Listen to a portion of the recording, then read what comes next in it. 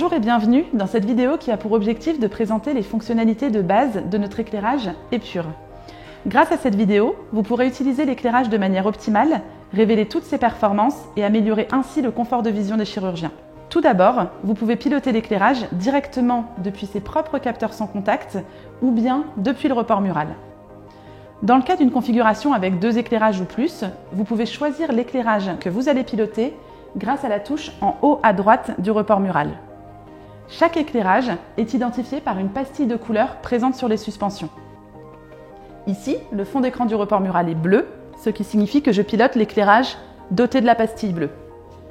En appuyant sur la touche en haut à droite, le fond d'écran du report mural bascule en orange et je pilote alors l'éclairage orange. Faisons un petit aparté pour vous expliquer comment placer la poignée stérilisable sur l'éclairage.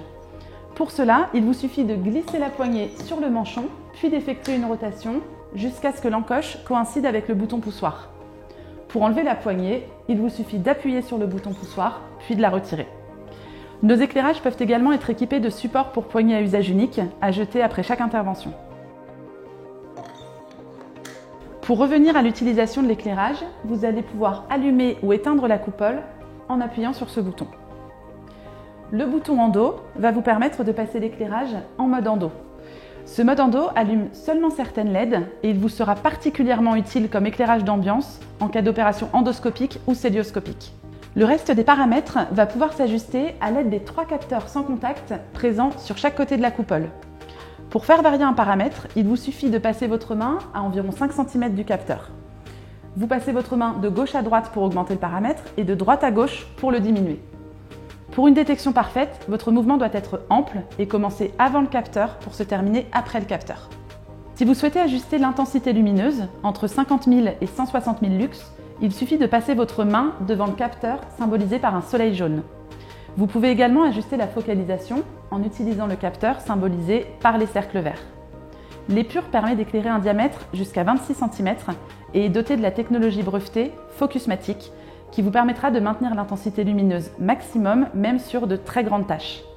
Même quand vous augmenterez le diamètre de tâche, l'intensité lumineuse restera constante. Vous n'aurez donc plus besoin de focaliser pour avoir une forte intensité lumineuse.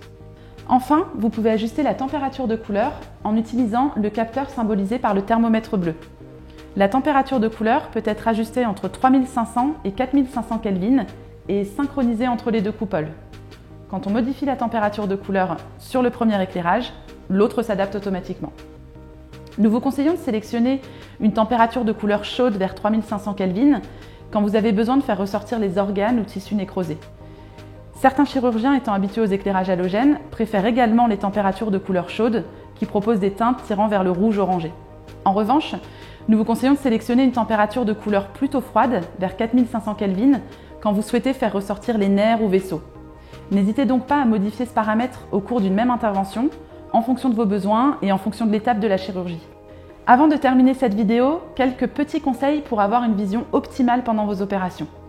Commencez chaque intervention avec une intensité lumineuse basse et un grand diamètre de tâche. Dès que l'incision est faite, vous pouvez augmenter l'intensité lumineuse d'un niveau.